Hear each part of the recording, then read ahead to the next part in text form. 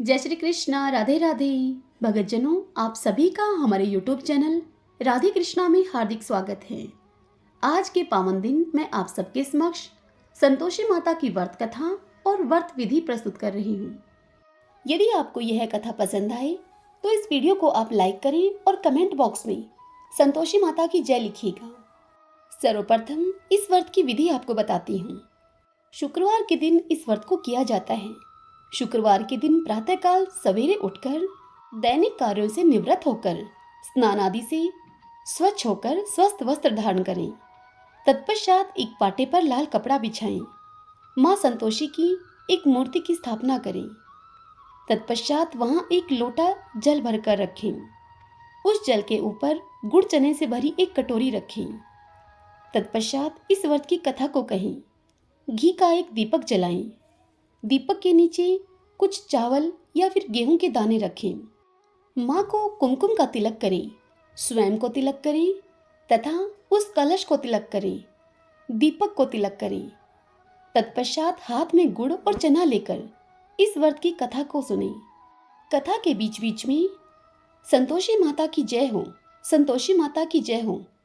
इस प्रकार कथा में बीच बीच में पूर्ण भाव के साथ माता की जय जयकार बोलते जाएं। कथा पूर्ण होने के पश्चात माता की आरती करें। आरती पूर्ण होने के पश्चात कलश के जल को घर में सब जगह पर छिड़क दें। बच जाए जो पानी, उस पानी को तुलसी की क्यारी में डाल दें। गुड़ और चना जिसे हाथ में लेकर इस कथा को सुना गया है, उस गुड़ और चने को गाय को खिला दें। जो गुड़ और चना कलश के ऊपर रखा गया था, उस गुड़ और चने को प्रसाद के रूप में सबको वितरण कर दें और स्वयं भी लें। जब आप एक समय भोजन करें, उस समय इस प्रसाद को ग्रहण करें। इस विधि के द्वारा पूर्ण श्रद्धा और प्रेम से प्रसन्न मन से इस व्रत को करें। अब मैं आपको इस व्रत की उद्यापन की विधि बताती हूँ। उद्यापन में 2.5 सेर खाजा, मोमनदार पूड़ी, खीर, चने का साग और नैवेद्य रखें। घी का दीपक जलाकर संतोषी माता की जय जयकार बोलें और नारियल फोड़ें। इस दिन घर में कोई भी खटाई न खाए और न स्वयं खटाई खाएं और न किसी को खटाई खाने के लिए दें। इस दिन 8 लड़कों को भोजन कराएं। देवर, जेठ, घर कुटुंब के लड़के मिलते हों तो दूसरों को भी नहीं बुलाना चाहिए, अन्यथा दूसरों को बुला सकते हैं। उन्हें खटाई की कोई वस्तु न खाने के लिए दें तथा भोजन कराकर उन्हें यथाशक्ति दक्षिणा दें। इस प्रकार इस व्रत की उद्यापन विधि करें। आइए अब हम सब इस व्रत की कथा सुनते हैं। सब बोलिए संतोषी माता की जय। पुराने समय की बात है। एक बुढ़िया माई थी। उस बुढ़िया माई के 7 पुत्र थे। 7 पुत्रों में से 6 पुत्र कमाने वाले थे और एक पुत्र निकम्मा था। बुढ़िया माई 6 की रसोई बनाती और उनको भोजन कराती और बाद में जो कुछ बचता वह 7वें बेटे को परोस देती। क्योंकि 7वां बेटा भोला था, मन में वह कुछ भी विचार नहीं करता था। एक दिन वह अपनी पत्नी से बोला कि देखो, मेरी माता मुझ पर कितना स्नेह रखती है। तब उसकी पत्नी बोली, क्यों नहीं, सबका जूठा बचा हुआ तुम्हें जो खिलाती है। तब वह कहने लगा, ऐसा कभी नहीं हो सकता। मैं जब तक अपनी माँ को यह करते हुए अपनी आंखों से नहीं देखूंगा, तब तक मैं तुम्हारी इस बात को नहीं मानूंगा। तब उसकी पत्नी उसे बोली कि देख लोगे तब तो मानोगे। फिर कुछ दिन के बाद एक बड़ा त्योहार आया। तब उस त्योहार पर घर में 7 तरह का भोजन और चूरमा के लड्डू बने। वह 7वां पुत्र अपनी माँ को परखने के लिए सिर दर्द का बहाना बनाकर पतला कपड़ा ओढ़कर रसोई में ही लेट गया और कपड़े में से वह सब देखता रहा। उसके 6 भाई भोजन करने के लिए आए। तब उसने देखा कि माँ ने उनके लिए सुंदर सुंदर आसन बिछाए हैं, 7 प्रकार की रसोई परोसी है। वह आग्रह करके उन्हें जिमाती है। वह यह सब देखता रहा।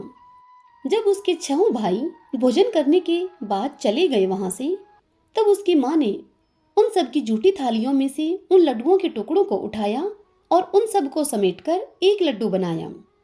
जूठन साफ करके माँ ने अब अपने 7वें बेटे को पुकारा, उठ जा बेटा, 6 भाई तेरे भोजन करके चले गए हैं, बस तू ही बाकी है। उठ ना, कब खाएगा खाना। लड़का तो यह सब देख रहा था। अब लड़के को बड़ा ही आश्चर्य हुआ और गुस्सा भी आया। तब वह अपनी माँ से कहने लगा कि माँ, मुझे भोजन नहीं करना, मैं परदेश जा रहा हूँ। तब उसकी माता ने उससे कहा, कल जाता हो तो आज ही चला जा। तब वह लड़का बोला कि हाँ हाँ, आज ही जा रहा हूँ, और यह कहकर वह अपने घर से निकल गया। चलते समय उसे अपनी पत्नी की याद आई। उसकी पत्नी उस समय गौशाला में कंडे थाप रही थी। वह वहां जाकर अपनी पत्नी से बोला, हम जावें परदेस को, आवेंगे कुछ काल, तुम रहियो संतोष से, धर्म अपनो पाल। तब वह बोली, जाओ पिया आनंद से, हमरो सोच हटाए, राम भरोसे हम रहें, ईश्वर तुम्हें सहाय। देवो निशानी आपनी, देख धरू में धीर, सुधी हमरी न बिसारियो, रखियो मन गंभीर। तब वह लड़का अपनी पत्नी से बोला कि मेरे पास तो कुछ नहीं है, यह एक अंगूठी है, सो ये तुम ले लो और अपनी कुछ निशानी मुझे भी दे दो। तब उसकी पत्नी बोली कि मेरे पास तो क्या है, यह गोबर भरा हाथ है। यह कहकर उसकी पत्नी ने उसकी पीठ पर गोबर के हाथ की एक छाप लगा दी। तत्पश्चात वह लड़का वहां से चल दिया। चलते चलते वह दूर देश में जा पहुंचा। वहां एक साहूकार की दुकान थी। वह लड़का दुकान पर जाकर कहने लगा कि भाई, मुझे नौकरी पर रख लो। साहूकार को एक आदमी की जरूरत थी। तब साहूकार उसे बोला कि रह जा। तब लड़के ने उससे पूछा कि तनख्वाह क्या दोगे? तब साहूकार ने उससे कहा कि काम देखकर दाम मिलेंगे। साहूकार के यहाँ उसको नौकरी मिल गई। अब वह लड़का सुबह 7 बजे से लेकर रात तक नौकरी करने लगा। कुछ ही दिनों में दुकान का सारा लेन देन का हिसाब किताब, ग्राहकों को माल बेचना, सारा काम वह करने लगा। उस दुकान के साहूकार के 7-8 नौकर थे। अब सभी सोच में पड़ गए कि यह तो बड़ा ही होशियार बन गया है। साहूकार ने भी उसके काम को देखा और 3 महीने में ही उसे आधे मुनाफे का साझेदार अपने साथ बना लिया। और अब समय बीतने के साथ साथ वह लड़का 12 वर्ष में एक नामी सेठ बन गया और साहूकार का सारा कारोबार अब उसके ऊपर छोड़कर साहूकार बाहर चला गया। उधर उस लड़के की बहू पर क्या बीती वह सुनिए। सास ससुर उसे दुख देने लगे, उससे घर का सारा काम करवाते और फिर उसे लकड़ी लेने के लिए जंगल में भेज देते। जब वह लकड़ी लेकर जंगल से घर आती तब उसके सामने उसकी सास आटे से बची हुई जो भूसी होती है उसकी रोटी बनाकर उसके सामने रख देती और फूटे हुए नारियल के नरेली में पानी रख देती। अब उस बहू के इसी तरह दिन बीतते रहे। एक दिन वह लकड़ी लेने के लिए जा रही थी जंगल में। तब रास्ते में बहुत सी स्त्रियां संतोषी माता का व्रत करती हुई उसे दिखाई दी। वह वहां पर खड़ी होकर उनकी कथा को सुनकर कहने लगी कि बहनों, तुम किस देवता का व्रत करती हो और इसके करने से क्या फल मिलता है? इस व्रत को करने की क्या विधि है? यदि तुम अपने इस व्रत का विधान मुझे भी कहोगी तो मैं तुम्हारा बड़ा एहसान मानूंगी। तब उनमें से एक स्त्री बोली कि सुनो, यह संतोषी माता का व्रत है। इस व्रत को करने से निर्धनता, दरिद्रता का नाश होता है, लक्ष्मी आती है और मन की समस्त चिंताएं दूर होती हैं। घर में सुख आने से मन को प्रसन्नता और शांति मिलती है। यह सुनकर वह बहू वहां से चल दी। रास्ते में लकड़ी के बोझ को उसने बेच दिया और उन पैसों से गुड़ चना लेकर माता के व्रत की तैयारी करके वह आगे चल दी। सामने एक मंदिर था। उस मंदिर को देखकर वह पूछने लगी कि यह मंदिर किसका है? तब लोगों ने उसे बताया कि यह संतोषी माता का मंदिर है। यह सुनकर माता के मंदिर में जाकर माता के चरणों में वह लौटने लगी और उनसे विनती करने लगी कि माँ, मैं निपट मूर्ख हूँ, व्रत के नियम को मैं नहीं जानती, मैं बहुत दुखी हूँ। हे माता, जगत जननी, मेरे दुख को आप दूर करो, मैं तेरी शरण में हूँ। माता को उसकी इस करुण भक्ति को देखकर माँ को उस पर दया आ गई। एक शुक्रवार उस बहू का बीता ही था कि दूसरे शुक्रवार को उसके पति का पत्र आया और तीसरे शुक्रवार को उसका भेजा हुआ पैसा भी पहुंच गया। पैसा आया हुआ देखकर जेठानियां मुंह सिकोड़ने लगी और कहने लगी कि इतने दिनों में इतना पैसा आया है, इसमें क्या बड़ाई है। और जेठानियों के लड़के उसे ताना देने लगे और कहने लगे कि काकी के तो अब पत्र आने लगे हैं, रुपया भी आने लगा है, अब तो काकी की खातिर बढ़ेगी। अब तो काकी बुलाने से भी नहीं बोलेगी। वह बहू बेचारी सरलता से कहती कि भैया पत्र आए या रुपया आए, हम सबके लिए तो अच्छा ही है। ऐसा कहकर आंखों में आंसू भरकर संतोषी माता के मंदिर में वह आकर मातेश्वरी के चरणों में गिरकर रोने लगी और कहने लगी कि माँ, मैंने तुमसे पैसा नहीं मांगा, मुझे पैसे से क्या काम है, मुझे तो अपने सुहाग से ही काम है। मैं तो अपने स्वामी के दर्शन और सेवा मांगती हूँ। तब संतोषी माता ने प्रसन्न होकर उससे कहा कि जा बेटी, अब तेरा स्वामी आएगा, तेरा सुहाग लौटेगा। यह सुनकर खुशी से वह बावली होकर घर जाकर काम करने में लग गई। अब संतोषी माता विचार करने लगी कि इस भोली पुत्री से मैंने कह तो दिया कि तेरा पति आएगा, पर वह आएगा कहाँ से? वह तो इसे स्वप्न में भी याद नहीं करता है। उसे याद दिलाने के लिए मुझे ही जाना पड़ेगा उसके पास। इस तरह संतोषी माता उसके पति के स्वप्न में प्रकट होकर उससे कहने लगी कि साहूकार के बेटे, सोता है या जागता है? तब वह लड़का बोला कि माता, सोता भी नहीं हूं और जागता भी नहीं हूं, बीच में हूं, कहो क्या आज्ञा है मेरे लिए। तब संतोषी माँ उससे कहने लगी कि तेरा घर बार कुछ है या नहीं? तब वह लड़का बोला कि मेरा तो सब कुछ है, माँ बाप हैं, भाई बहन हैं, पत्नी भी है, क्या कमी है मेरे पास? तब संतोषी माँ उससे बोली कि भोले बेटे, तेरी पत्नी घोर कष्ट उठा रही है, तेरे माँ बाप उसे दुख दे रहे हैं, वह तेरे लिए तरस रही है, तो उसकी सुध ले जाकर। तब वह लड़का बोला कि माता, यह तो मुझे मालूम है, परंतु जाऊं कैसे? परदेश की बात है, लेन देन का कोई हिसाब नहीं, जाने का कोई रास्ता नजर ही नहीं आता, कैसे चला जाऊं? तब संतोषी माँ उससे कहने लगी कि मेरी बात मान, सवेरे नहा धोकर संतोषी माता का नाम ले, घी का दीपक जला, दंडवत करके दुकान पर जाकर बैठना। तेरे ऐसा करने से देखते ही देखते तेरा सब लेन देन चुक जाएगा, तेरा माल बिक जाएगा, शाम होते होते धन का ढेर लग जाएगा तेरे पास। तब वह सवेरे सुबह जल्दी उठा, नहा धोकर संतोषी माता को दंडवत प्रणाम करके घी का दीपक जलाकर वह दुकान पर जाकर बैठ गया। थोड़ी देर में ही वह क्या देखता है कि देने वाले रुपया लाए, लेने वाले हिसाब लेने लगे, कोठे में भरे सामानों के खरीदार नगद दाम में सौदा करने लगे। शाम तक धन का ढेर लग गया। माता का यह चमत्कार देखकर वह लड़का बड़ा खुश होकर मन में माता का नाम लेकर घर ले जाने के वास्ते गहना और कपड़ा खरीदने लगा अब, और वहां के काम से निपटकर वह घर के लिए तुरंत रवाना हुआ। उधर उसकी बहू बेचारी जंगल से लकड़ी लेने जाती है। लौटते वक्त माताजी के मंदिर में वह विश्राम करती है। माता का वह मंदिर उस बहू के रोज रुकने का स्थान था। दूर से धूल उड़ती देखकर वह माता से पूछती है, हे माता, यह धूल कैसे उड़ रही है? तब माँ उससे कहती है कि हे पुत्री, तेरा पति आ रहा है, अब तू ऐसा कर, लकड़ियों के 3 बोझ बना ले, एक नदी के किनारे रख, दूसरे को मेरे मंदिर में और तीसरा अपने सिर पर रख ले। तेरे पति को लकड़ी का गट्ठा देखकर मोह पैदा होगा, वह वहां रुकेगा, खाना खा पीकर वह अपनी माँ से मिलने के लिए जाएगा।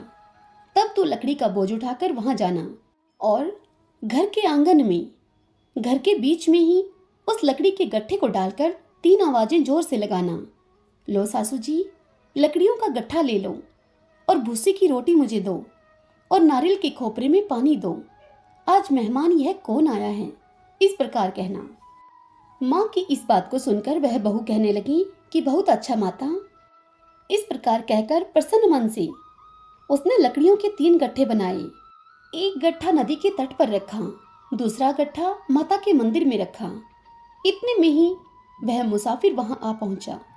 सूखी लकड़ियों को देखकर उसकी इच्छा हुई कि यहीं वह निवास करे और भोजन बना खा पी करके वह अपने गांव आगे बढ़े।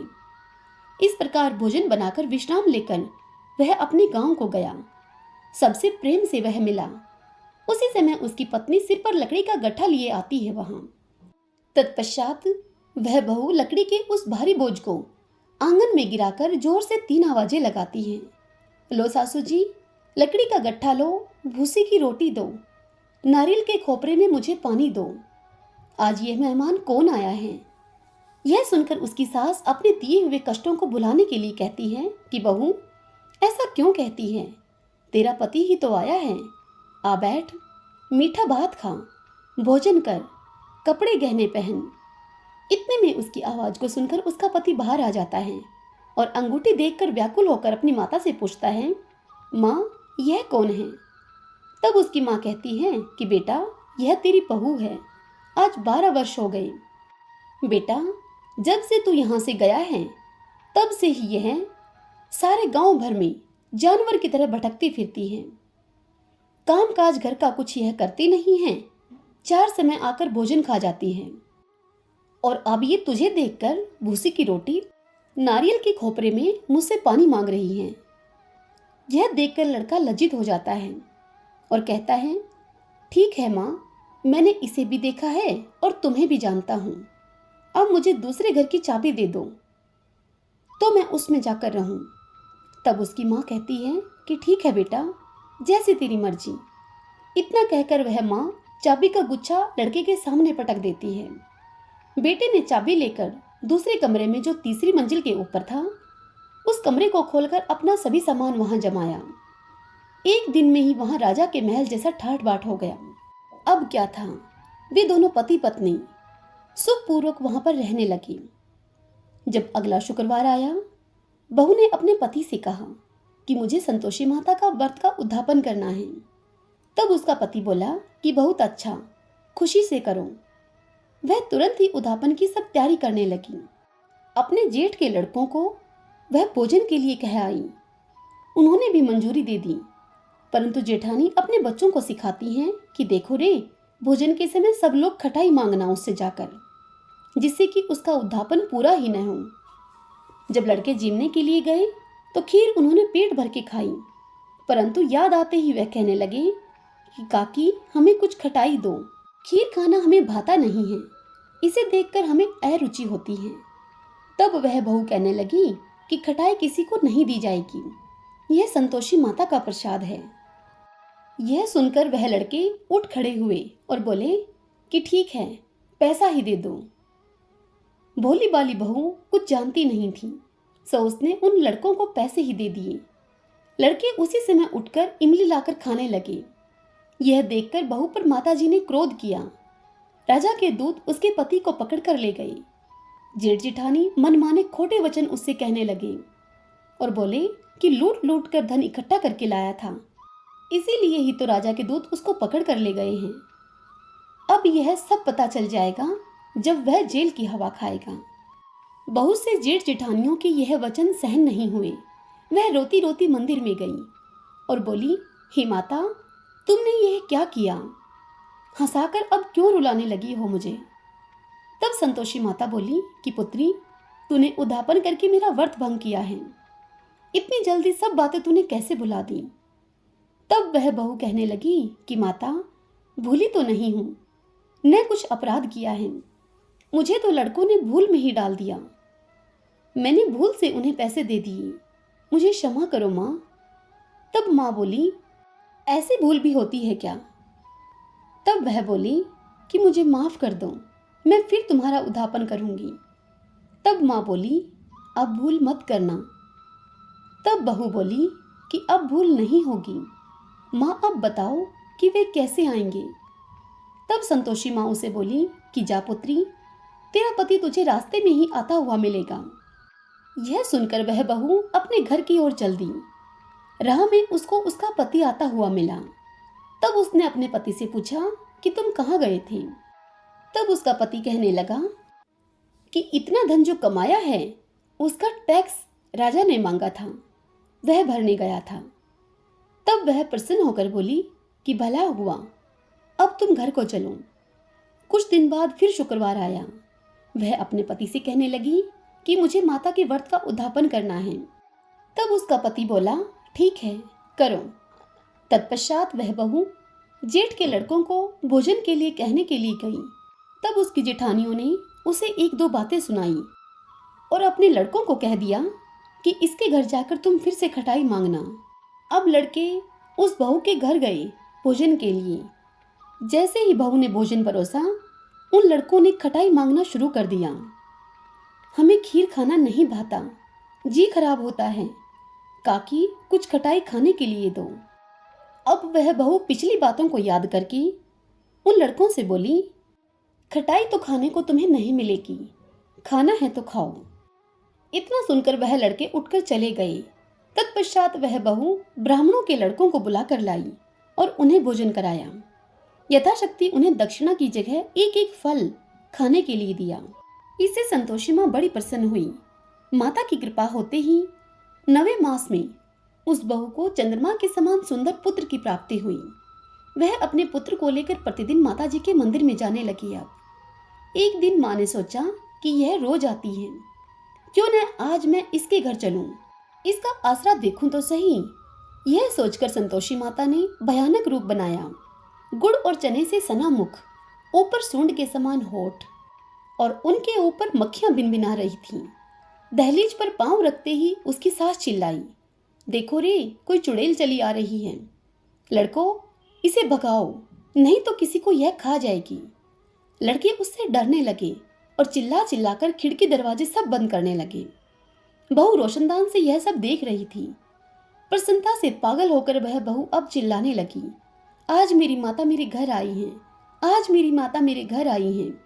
इस प्रकार कहकर बच्चे को दूध पीने से उसने हटा दिया। इतने में ही सास का क्रोध फूट पड़ा और वह बोली, इसे देख कैसे उतावली हुई भागी जा रही है, बच्चे को भी इसने पटक दिया है। इतने में माँ के प्रताप से जहां देखो वहीं लड़के ही लड़के उसे नजर आने लगे। तब बहू बोली, माँ जी, जिनका मैं व्रत करती हूँ यह वही संतोषी माता है। इतना कहते कहते ही उस बहू ने झट से घर के सारे किवाड़ खोल दिए। सब ने माता के चरण पकड़ लिए और उनसे विनती करने लगे और बोले, हे माता, हम मूर्ख हैं, पापी हैं, अज्ञानी हैं। तुम्हारे व्रत की विधि हम नहीं जानते। तुम्हारा व्रत भंग करके हमने बड़ा अपराध किया है। हे संतोषी माता, आप हमारे अपराध को क्षमा करो।